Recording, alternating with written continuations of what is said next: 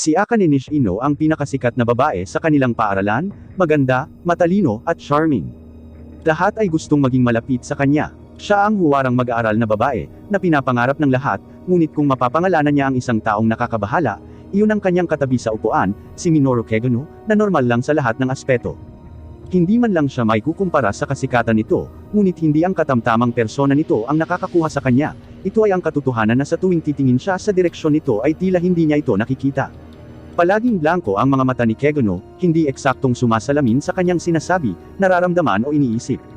At nakakainis ito para kay Nishino, dahil ito ang nagpapaalala sa kanya ng maskara na hindi niya kayang tanggalin. Si Nishino ay dating child actress ngunit dahil sa kanyang kasikatan, nakakuha siya ng mga tagahanga at pati na rin ng mga stalker.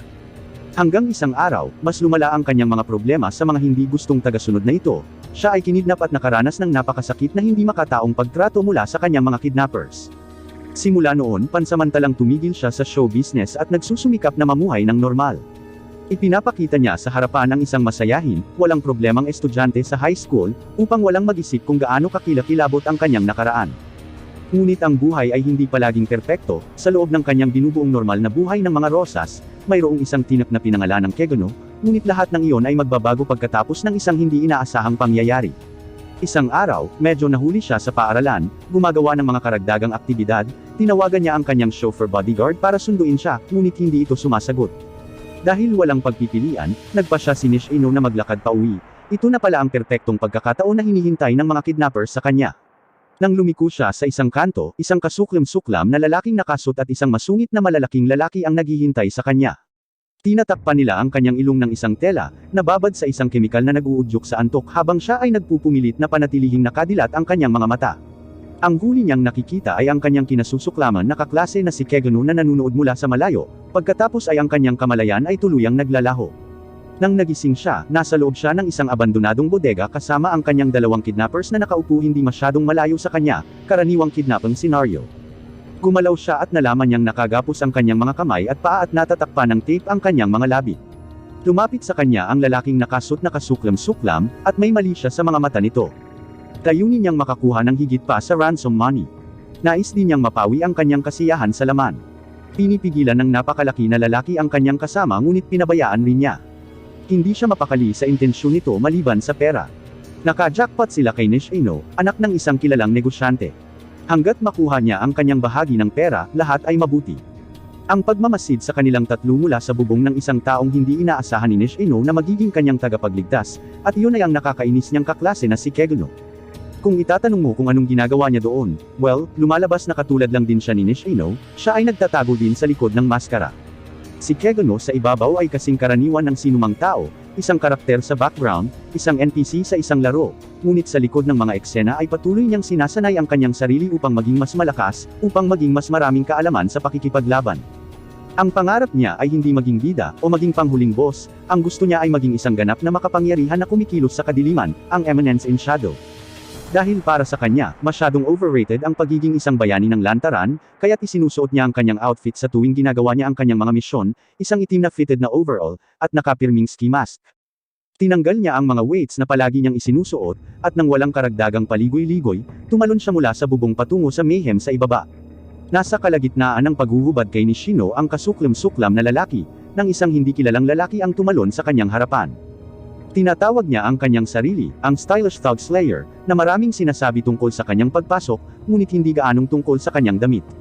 Ang kasuklam-suklam na lalaki ay lumayo kay Nishino, hinihiling na malaman kung paano nalaman ng rascal na ito ang tungkol sa kanilang mga operasyon. Bago ang sinuman ay makapagsalita ng anuman, ang stylish thug slayer, o si Kegano, ay binato at pinalo ng malakas ang kanyang crowbar na sinadya niyang ibinaliktad. Ang lalaki ay bumagsak sa lupa, duguan at walang malay.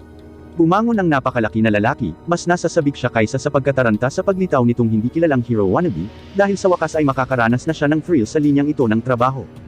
Dati siyang bahagi ng militar, ngunit nang mapatay niya ang isang tao habang naka-duty, pakiramdam niya ay iyon ang dapat niyang gawin sa kanyang buhay. Mula nang ma-discharge mula sa militar, naugnay siya sa mga kriminal, bagamat sa tingin niya ay boring ang bagong direksyon na ito dahil sa kawalan ng thrill. Ngayong lumitaw na itong lalaking nakamaskara, sa wakas ay maaari na niyang gamitin ang kanyang panlasa sa pagpatay. Si Kegano ay walang pakialam sa pagiging ex-militar ng lalaki at naghanda sa pagtindig, Siya ay nagsanay sa buong buhay niya upang labanan ang thugs at mga kriminal. Walang takot niyang sinira ang isang gang ng mga bikers gamit ang kanyang pinagkakatiwalaang crowbars na nakabaliktad. Ngunit sa pagkakataong ito, dapat niyang aminin na ang dating militar na lalaki ay mas matangkad at mas mabigat kaysa sa kanya, at kakailanganin ng malaking lakas para mapabagsak siya. Binago ni Keguno ang paraan ng kanyang pag-iisip, at nagdesisyon ng maayos, hindi iyon problema. Kung hindi siya kayang mapabagsak ng kanyang mga nakabaliktad na crowbars, ibabalik na lang niya ang mga ito sa kung ano talaga sila, magagandang lumang crowbars, mas masakit at mas brutal kapag nagdudulot ng mga sugat. Sa ilang galaw, kritikal niyang natamaan ang dating militar, at sa huli ay nakahiga sa sahig, duguan at walang malay tulad ng kanyang kasama. Si Nishino, na nanunood ng lahat ng ito ay nangyayari sa kanyang harapan, ay masyadong natatakot na kahit ano ay hindi makapagsalita. Ang susunod na bagay na alam niyang nakalaya na siya sa kanyang mga gapos, at narinig niya ang isang pamilyar na boses na nagpapaalala sa kanya na mag-ingat sa susunod kapag mag-isa siyang maglalakad pa uwi. Nang tumingin siya sa paligid, ang stylish thug slayer ay wala kahit saan. Sa kabutihang palad, nakatanggap siya ng tulong mula sa kanyang ama, at ang insidenteng ito ay pinatahimik ng media. Kinabukasan, nakita niya ang nakakainis niyang kaklase pero hindi na niya yun nararamdaman. Sigurado siyang si Keguno ang nagligtas sa kanya kagabi. Napagtanto niya na nakasuot din ito ng maskara ng pagiging ordinaryo, at sa paraang naiintindihan niya ito. Nagpapasalamat siya at gustong makilala pa siya, ngunit may nakakatawang plano ang kapalaran para sa kanya. Naputol ang kanyang buhay nang mabangga siya ng truck. Sa resolusyon ng kaluluwa, siya ay sumasalamin sa kanyang mga intensyon at ambisyon, mula noong siya ay bata pa. Siya ay palaging nais na maging isang bayani tulad ng mga napapanood niya sa telebisyon at sa mga video game. Sigurado siyang ganoon din ang pangarap ng karamihan sa mga bata, ngunit habang tumatanda sila ay nakakalimutan na nila ito para sa iba pang mas makamundong bagay, ngunit hindi sa kanya. Magtutuon siya ng pansin sa gusto niya, sasanayin ang kanyang katawan na maging matigas, at mag-aaral ng ilang diskarte sa pakikipaglaban, ngunit hindi siya ganap na invincible. Maaaring matalo niya ang isang martial arts champion, ngunit maaari pa rin siyang mapatay ng isang gang ng mga kriminal, o mapuksa kapag natamaan ng nuclear bomb. At hindi sapat iyon, para kay Keguno, gusto niyang maging higit pa doon, hindi lang niya gustong maging atomic, gusto niya ng ganap na kapangyarihan, at ipinagkaloob ng kapalaran ang pagnanais niyang ito. Nang muli niyang imulat ang kanyang mga mata, kinandong siya ng isang mapagmahal na ina at isang excited na ama. Siya ay isinilang na muli, sa pagkakataong ito sa isang mayamang pamilya at sa isang mundong napakaiba sa pinanggalingan niya. Siya ay maninirahan sa isang iginagalang na pamilya, sa isang bahay na puno ng mga tagapaglingkod, at magkakaroon ng isang nakatatandang kapatid. Kahit na bagong panganak, mayroon siyang kamalayan ng isang may sapat na gulang, na ginagawang madali para sa kanya na maunawaan kung ano ang nangyayari sa kanyang paligid. Higit sa lahat, sa mundong ito ay maaari siyang gumamit ng mahika. Ito ay isang perpektong pagkakataon upang maisakatuparan ang kanyang panghabang buhay na ambisyon. Gayunpaman, katulad ito sa kanyang nakaraang buhay, siya pa rin ang hindi mahalaga na background karakter para sa lahat ng tao sa kwentong ito. Ngunit sa likod ng mga eksena siya ay ang makapangyarihan, nakakaalam ng lahat na daredevil na maaaring masama o maging bayani. Sa wakas, maaari siyang maging tanyag sa mga anino. Sinimulan niyang muli ang kanyang buhay sa mundong ito upang maging hindi kapani-paniwalang si Sid Keguno, ang nakababatang kapatid ni Claire. Sila ay mga anak ni na Baron at Lady Keguno, at sila ay kabilang sa isang pamilya na sa maraming henerasyon ay nag-pump out ng mga Dark Knight Fencer. Ang mga dalubhasang mandirigma na ito ay gumagamit ng mahika upang mapahusay ang kanilang mga kakayahan, para sa lahat sa pamilya. Si Claire ang halatang tagapagmana ng prestihiyosong pamilya, at hindi yun problema para kay Sid. Siya ay hindi eksaktong minamaltrato, ngunit hindi rin siya nakakatanggap ng masyadong maraming atensyon, at ito ay napakahusay para sa kanyang pagsusumikap. Sa lihim, nabuo niya ang kanyang mahika na higit pa sa maiisip ng sinuman. Ito ay may anyo ng isang itim na putik na madali niyang manipulahin sa anumang bagay. Ito ang manifestation ng kung gaano kalaki ang kapangyarihan niya, at ito rin ang magiging insignia ng organisasyong malapit na niyang mabuo, at tatawagan na Shadow Garden. Nagsimula ito ng isang gabi, habang ipinaghihiganti niya ang mga napatay na miyembro ng isang caravan mula sa mga bandido, natuklasan niya ang isang malaki, pangit na nilalang sa isa sa mga kulungan. Nagpasya siyang dalhin ito sa kanyang sira-sirang hideout, at mag-eksperimento sa kanyang kapangyarihan dito. Makalipas ang isang buwan, hindi niya sinasadyang binaligtad ang sumpa na inilagay dito, na inihayag ang isang dalagang may mapusyaw na gininto ang buhok, at asul na mga mata. Tinanggap ang kanyang persona bilang isang maingat na tagapagligtas, sinabi niya sa babae na pinalaya niya siya mula sa sumpa. Pakiramdam niya ay hindi siya makapaniwala sa lahat ng ito, ngunit hiniling niya na sabihin sa kanya ang higit pang mga detalye. Siya ay bumubuo ng isang kathang-isip na grupo, na tinatawag na Cult of the Diabols. Sinabi niya sa kanya na sila ang may pananagutan sa kanyang sumpa, ngunit ang pagkukwento ay hindi eksakto sa kanyang lakas. Kaya sa halip, kinukumbinsi niya itong sumali sa kanyang layunin sa pagpapabagsak sa haka-haka na grupong ito ng mga antagonist.